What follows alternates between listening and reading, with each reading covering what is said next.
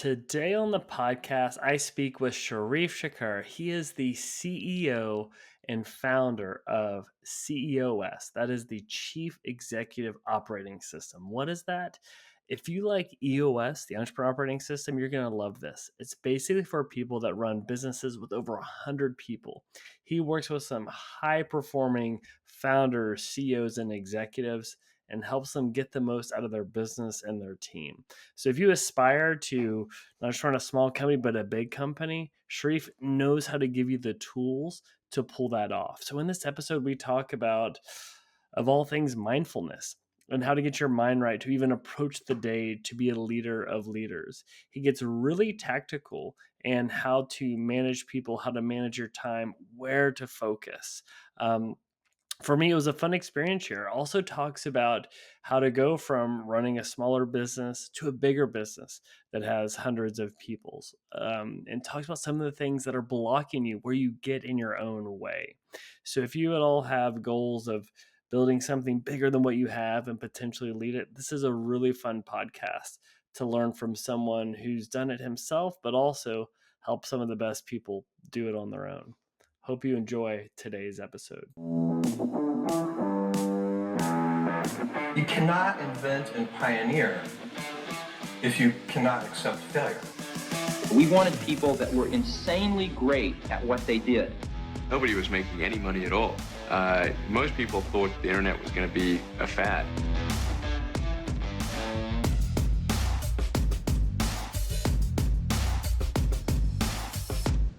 Sharif, we're just going to start with a hard-hitting question. We were talking beforehand about how I'm busy. I have too many things. I'm a chicken with their head cut off. And in preparation for this podcast, I was watching some of your content, and you basically were talking about my exact persona. And you're like, if someone's in this phase not doing mindfulness, they probably need it more than anybody. So can we start at a 30,000 foot view? Like, business owners, founders, what is mindfulness and why should they care? Oh, I love that question. So mindfulness can be defined in different ways by different people. For me, mindfulness is about being less reactive and not on autopilot. And so if you're not reactive and if you're not on autopilot, you are more intentional, you're more deliberate. In order to do that, what that means is you need to create more distance between stimulus and response, because that's what makes us reactive. Everybody has triggers, and whether it's your kids or your employees or your spouse, whatever, the people closest to us usually trigger us the most. And ironically, those are the people that we want them to feel loved the most at the same time.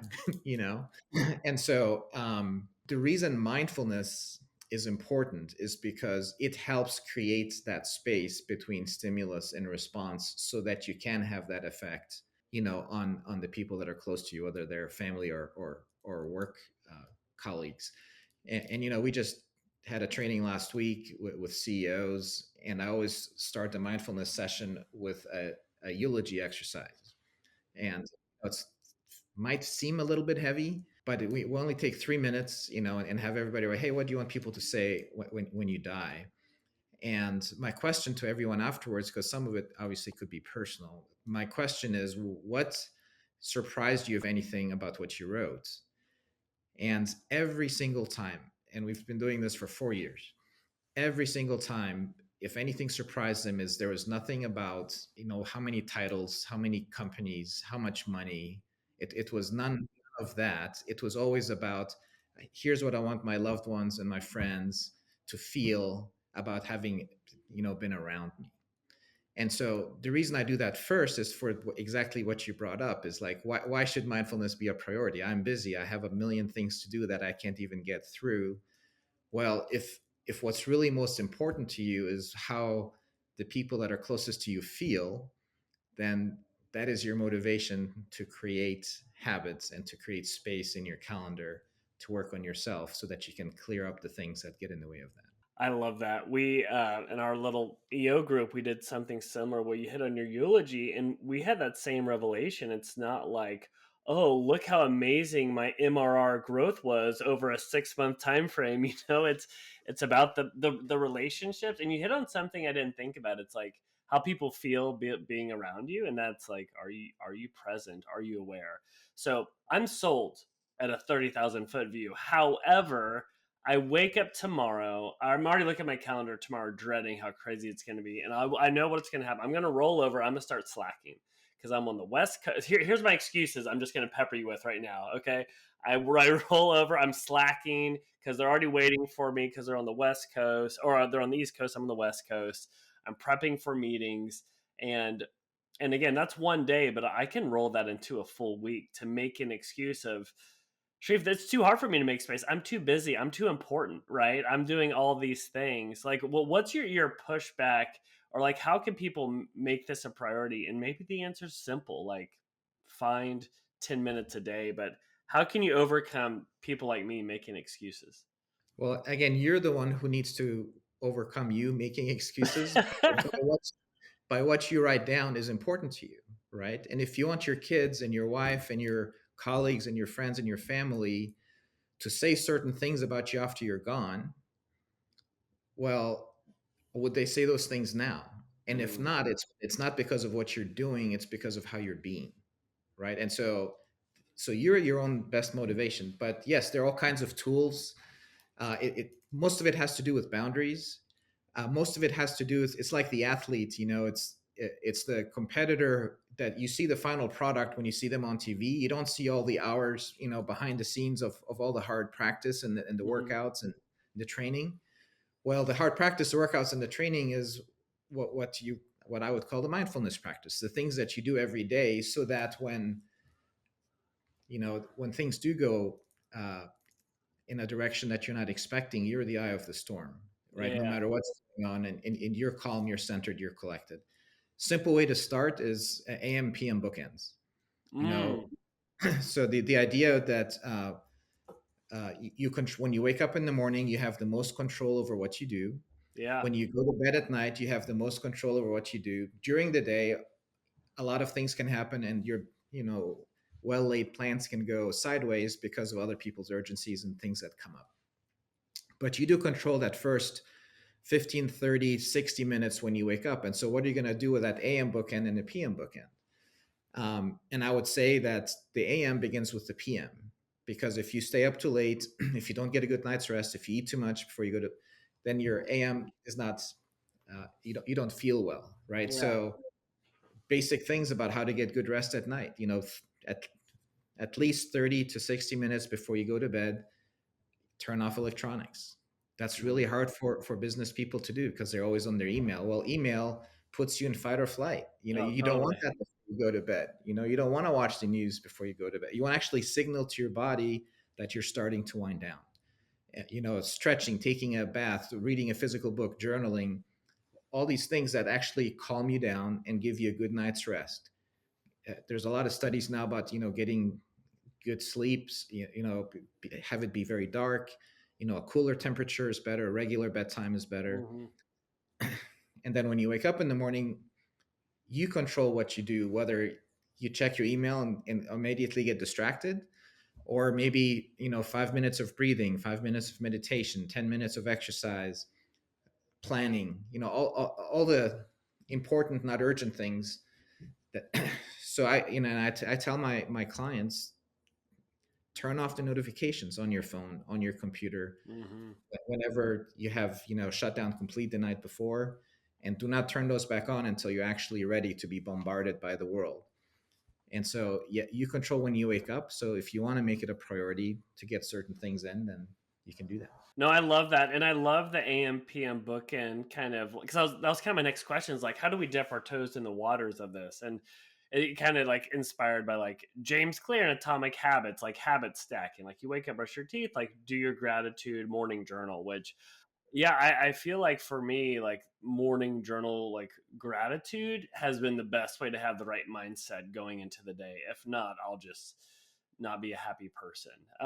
So that's very cool. Um, One thing, so once you start making space, doing the book, and to have time for mindfulness and gratitude, whether it's meditation or doing the journaling, where have you seen your clients or these high performing CEOs get the most benefit, and in that time where they create space, what they're focusing on. Is it meditation to have a clear mind? Is it gratitude? Is it like vision casting?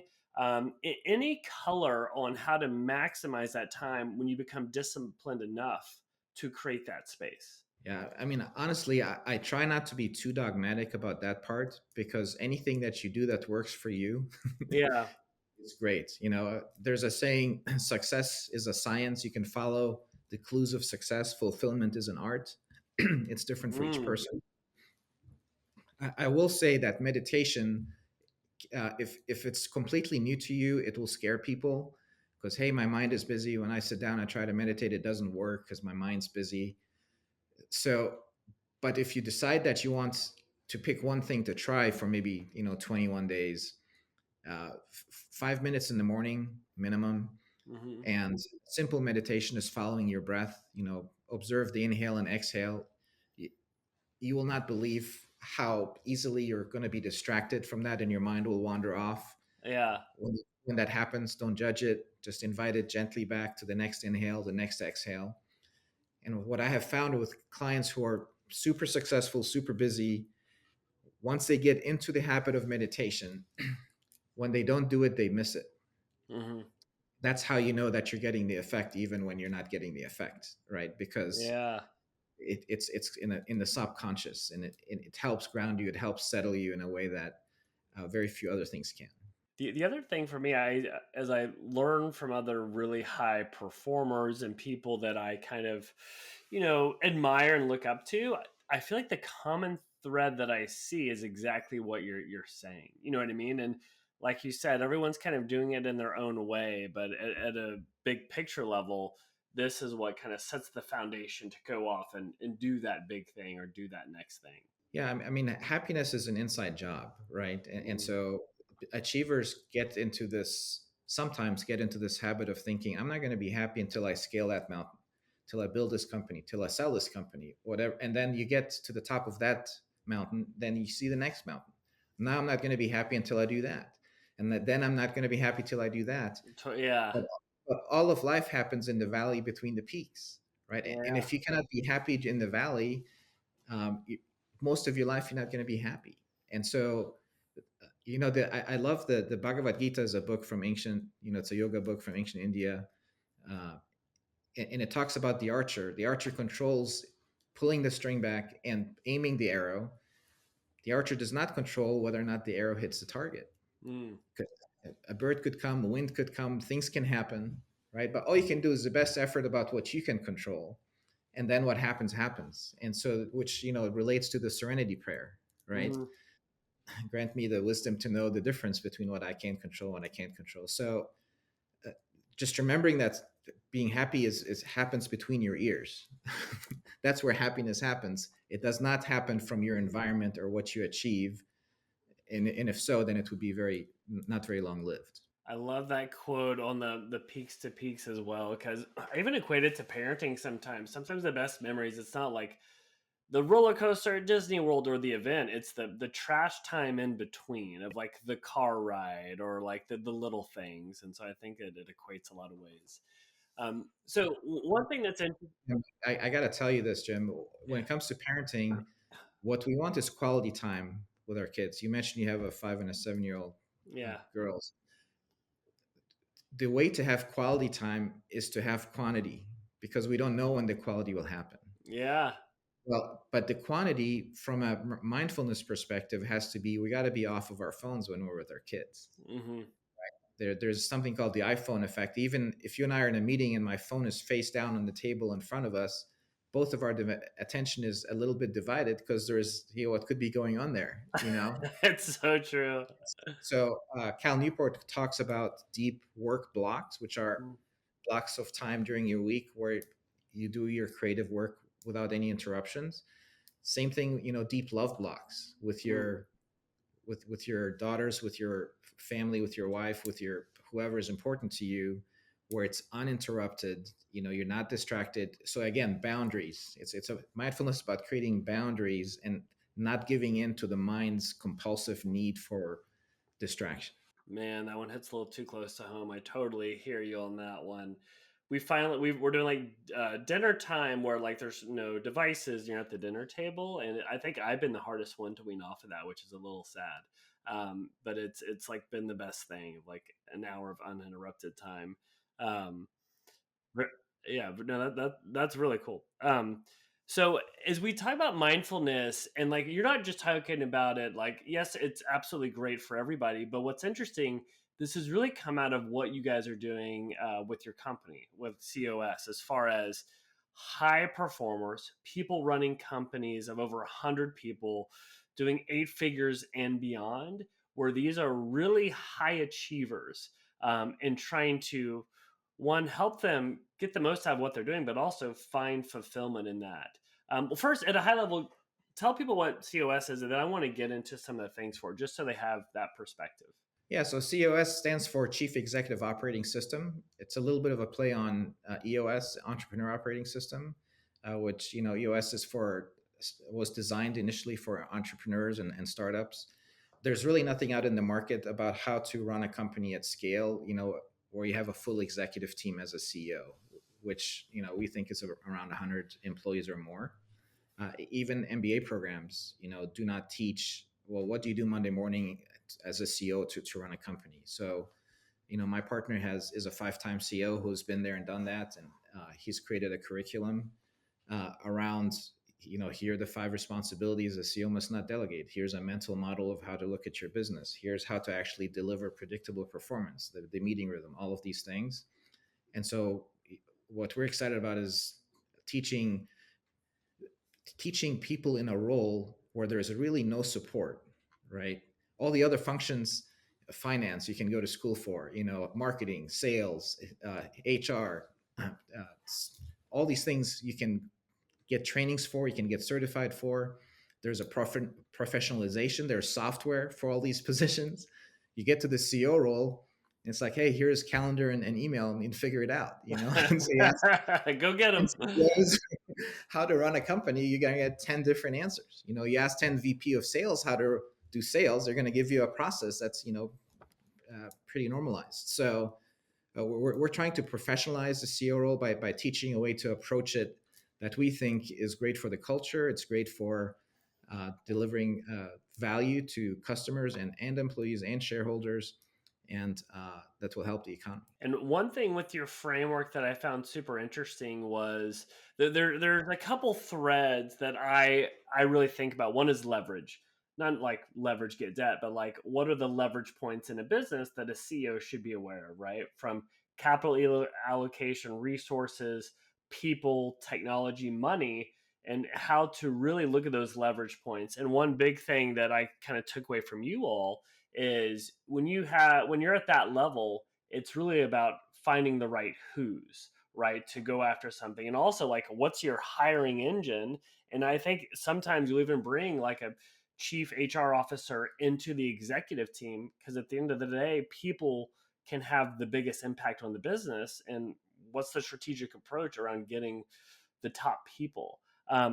But for me, that was like one big unlock for someone that does EOS, and then seeing what you guys do at that 100 person and plus levels, like, oh wow, this is really around finding the right people and managing them. But would you speak to that on really building it? Because I think a lot of CEOs that like grow up within a company, your default is like, get out of my way, let me do everything, where you have to start to fire yourself from that skill to kind of get your company to that next level, which I think has been really hard to delegate, and especially to an executive team. But is that something that you see as the hardest or the biggest thing for these people to unlock? Yeah, it's certainly one of the big things. So we look at, in terms of employee size, because when it comes to management system, it's about managing people, and that's affected by how many people are there to be managed. And so we kind of break it up like, from 0 to 20 or 25, we call it project manager CEO. You're still CEO, but you're wearing all the hats. You're communicating with everybody. Everybody brings decisions to you. You make the decisions.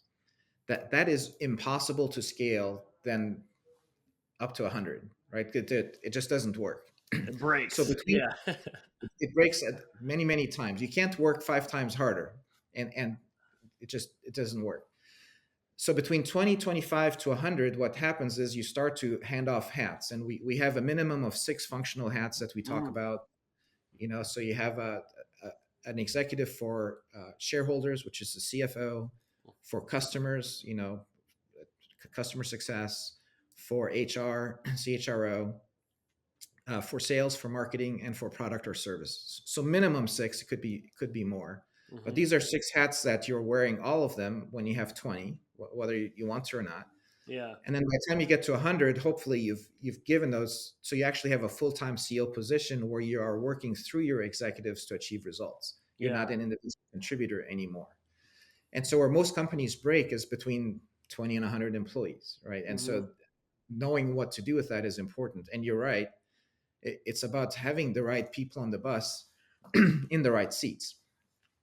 And so what most companies do is they have a hiring process, which means I have an opening, so now I'm going to put out a post, as opposed to having a recruiting process where you're constantly Mm. looking for, top talent that you can bring in when needed or even before needed, because top talent is available when it is available, not when you have a position. Yeah, yeah. Um, Really important to understand that people talk about, you know, or CEOs talk about that people are our biggest asset, but they don't act that way, Mm. right? So 100, 200 years ago, capital equipment was the way that companies were run, and for the where the people did not, knowledge workers weren't as prominent. It was more about who had the most money to have the capital equipment, and that equipment had a maintenance team that worked 24/7, was always available, because when the equipment goes down, the company stops. And Yeah. during holidays, that maintenance team would do preventative maintenance. They're always taking care of the most important asset of the business, which was the capital, the equipment. Nowadays, people are the most valuable asset of the company, Mhm. while the maintenance team becomes the CEO and the exec team. And what is the ELT, executive leadership team, doing to take care of the people? And there's just many things that tie into that. um, but you want to make sure that everybody who works for you knows what is their responsibility. What is it that they own that nobody else Mhm. owns? What is their authority? What are the decisions they can make without asking permission? What are their goals, so that they know how to be successful? And what is one measurement for each goal, so that when they've achieved it? And Mhm. we find, no matter how, $100 million companies, they have fuzzy goals, they have fuzzy responsibilities, they have fuzzy this, fuzzy that. Mhm. And what happens is the culture suffers. People aren't clear. There's no accountability, and things are not nearly as smooth as they could be. So if you're all of a sudden a leader of leaders, you're a leader of 6 people in your executive team, how do you manage to get the most out of that team, to push them to like hit their potential while managing culture and managing burnout, right? Trying to play the long game, because that's a tough balance, right? You read the blog post and book by Frank Slootman, like amp it up, you know what I mean? But then you've got that whole kind of VC back culture, but also got to play the long game. You can't just like burn people out. But any advice when being a leader of leaders and how you kind of balance that? Yeah. So when you're small, when you're up to 20, 25 people, you are the culture, right? It's like Mm. being a parent. That it doesn't, you don't need to say anything to your kids, because anything you say, if you don't, they're watching you, right? So Totally. so you don't And want they're to say watching something. you when you don't realize it and don't want them to. Absolutely. Yeah. Right. And so then as you get bigger, one of the things that happens is there are people who don't talk to you every day, or people don't see you every day. And so it becomes important to pay attention to things like mission, vision, values, Mhm. those. And when we talk about values, we're not talking about virtues. A lot of companies, passion and integrity and honesty. And it's like the Boy Scout creed that doesn't tell me anything. Everybody expects you to be honest. Everybody expects Yeah. you to be virtuous. But having values that actually help me make this decisions, fast is better than slow, Google, or Southwest, flying is fun. Those types of values actually help people make decisions in their day to day, Mhm. and uh, they color the culture. Are you do you value transparency, where you're always upfront, or do you value stability, where you maybe protect people from certain information? And that works into the culture. So the way that you avoid burnout is make sure that your employees know how to win, because what burns people out is uncertainty.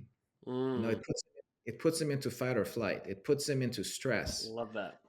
So you want to make, and all of that heavy lifting happens by the supervisor to their direct reports, so that they have clarity on how to be successful. And then, we talk about the three tools that every manager has to help their employees, which are management, leadership, and coaching. So if Mhm. the management is what to do, leadership is why to do it, and coaching is how to do it. So if somebody's not being successful, do they not know what to do? Do they not know why it's important, or do they not know how to do it? And we need to train them. People that kind of go through the program, the ones that take what you have, implement, and see success, versus maybe ones that it doesn't go as well, what do you think separates them? What's like some of the big unlocks they have that really versus others where maybe it's harder for them to take on something or to give up something that they normally do? There is a danger when you come to a program and when you go to an event, that you get kind of excited while you're there, and then you go back to old habits. Hmm. And so I would say that the ones that have been successful with us have been the ones that the CEO will come and they buy into, okay, this makes sense. So then they come back with their executive team. So Hmm. now their executive team and the CEO are all on the same page. And then oftentimes they'll bring other layers of management as well. So it becomes a language and a process that everybody is talking about and is aligned with, as opposed to the CEO is just kind of on their own, trying to do the things that make sense to them, and maybe not doing the things that they don't like to do or that are uncomfortable. Because once everybody knows how the system is supposed to work, that there's no place to hide, because Yes. why aren't we doing it? Yeah, So, yeah, yeah. A question I have, which is a little bit related to what you guys do, but it's a little smaller for companies of my size that aren't at 100 people yet. Any color on why do some people stay at that place where maybe they can't get to a bigger size versus the ones that are able to break through? I forget which book it was. I always butcher the name, but I think it talks about like the black hole of death for business is between like you probably know the numbers like 20 to 100 people between 1 to 5 million in revenue, where most businesses go to kind of just die. Not saying that they go out of business, but they just kind of flatline, and that's where they live versus others that break through. But any thoughts or color on like why companies can break through to get to like a CEOS level versus others that just stagnate? I mean, I don't know that there is one clear-cut answer to that, Jim. Some of it is luck, some of it is timing, some of it Hmm. is Totally. product market fit. You know, but I would say that the one thing that holds business owners from growing is thinking that they can do things better, and therefore they should do things instead of having other people do them. So Hmm. you'll almost always be able to do a lot of things better in your business than other people, but then you lose your leverage in terms of time. And so Yeah. you, at some point you just have to turn the keys over to, now it's not abdication, right? It's delegation. So abdication is I throw you the keys and I forget about it. Delegation is I tell you, here's what I want you to do, here's the goal, and let's check back next week and see where it's at, and check back and check, Hmm. so that there's a constant line of communication. um, but the ones that are able to let go of control at the right time in the right way are able to leverage their time, and then you should only do the things that only you can do. Yeah. And Yeah. if somebody else can do something that you're doing, maybe not as well as you, but they can do them, then let them do it. No, that's totally well said, and I definitely feel that. Like the things I've been able to delegate, it's like been amazing to see that take off. Where other things can be a little bit harder, but maybe you should have to dig in more. Um, I'm also curious, Sharif, in your background, where did you start, and how did you get wrapped up in all of this? What's kind of your background? In terms of the CEO stuff.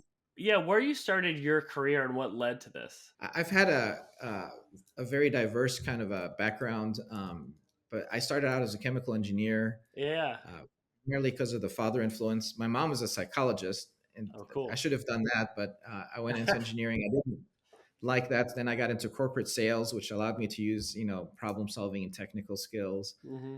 And then I went entrepreneurial after that, mortgage banking, real estate, commercial real estate investing. And then I had my own business. And then, for the past uh, 5, maybe 8 years now as executive coaching. And then when I met my partner, it was kind of a nice uh, complementary skill where he wants to teach and I can build a business. And Yeah, that's a winding road for sure. That's very cool. What would you say is like your superpower? Because it's something I'm always trying to be aware of. It's like, where am I strong, am I weak, and am I focusing on like where I can really have the biggest impact? And does that potentially shift based on what you're working on? I think so. I mean, I think there are, again, you do enough personality assessments, and which is something I'm interested in, is trying to understand what makes me tick, what makes other people tick. There are different uh, pathways for different people to be successful. For me, my superpower, I believe, is just the bridging between the business and the mindfulness. Yeah, The, I'm able to talk to a CEO about real business issues, but really get into the personal filters that are maybe getting in their way uh, of being successful, and more importantly, just being happy and fulfilled in the process. yeah, Um, so that's for me. But different people and that can shift for sure, because that gets into some spiritual aspects as well, and shifting from tactical to strategic is a thing.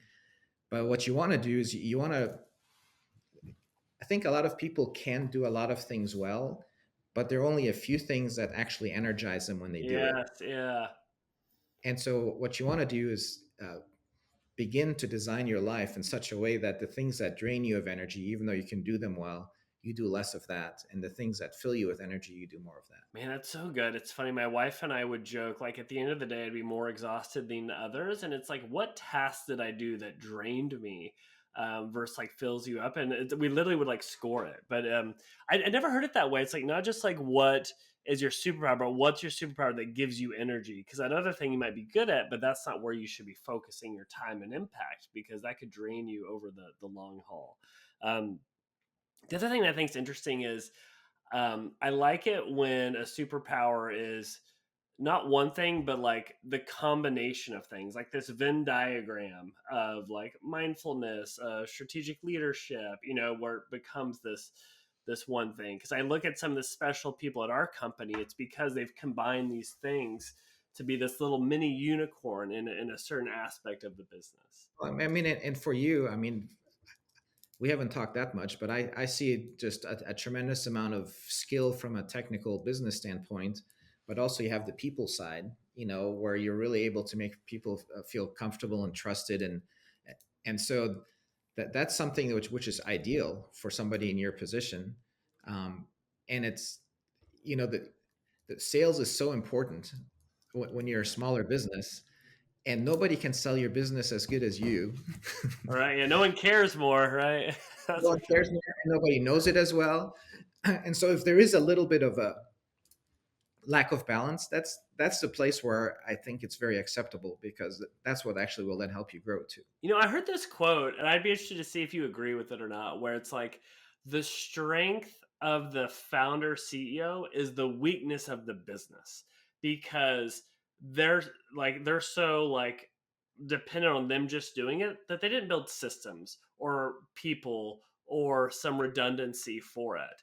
And I look at our company and I think it's a little bit true, because it's been the last thing for me to delegate, which is essentially sales. Which is funny because when I launched a marketing agency, it wasn't because I thought I wanted to do sales. It's because I thought I could help people with marketing. But then my job really became sales. It's always interesting. The business you start isn't the business you're in, if that makes sense. It does, and when when we see CEOs that are at scale, they'll have a background maybe of financial. They were a CFO before, or they have a Yeah. background in product, or they have a background in sales.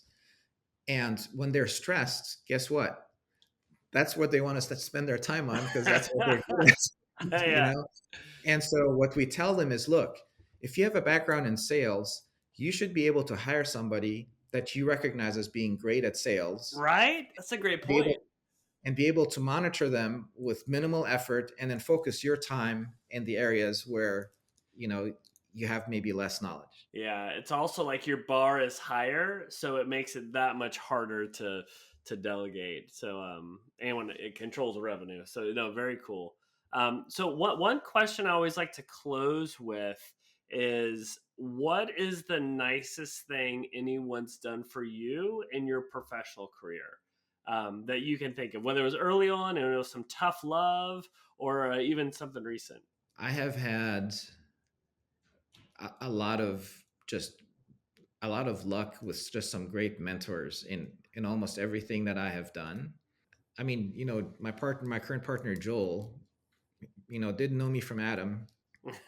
Got a marketing email from me for something I was trying to do in Denver, you Yeah. know, and here we are, with his, collateral, his IP, building a business, and just trusting me to be his partner. I guess I would have to say that that's among the top things. Kind of taking a flyer on this guy. Yeah, yeah. It's all about those doors that get cracked open, right? That can lead to something really exciting. Yes. Well, Sharif, this has been fun, man. From getting to know you, and for people that don't know, they have a pretty fun office in Austin. It's like this, I don't know, 4-story house that feels more. It doesn't feel like an office. It feels like a hangout vacation house that you get to collaborate in, which I think makes you work better when you're in a space like that, which was pretty fun to check out. It's the best view I've ever had in an office, that's for sure.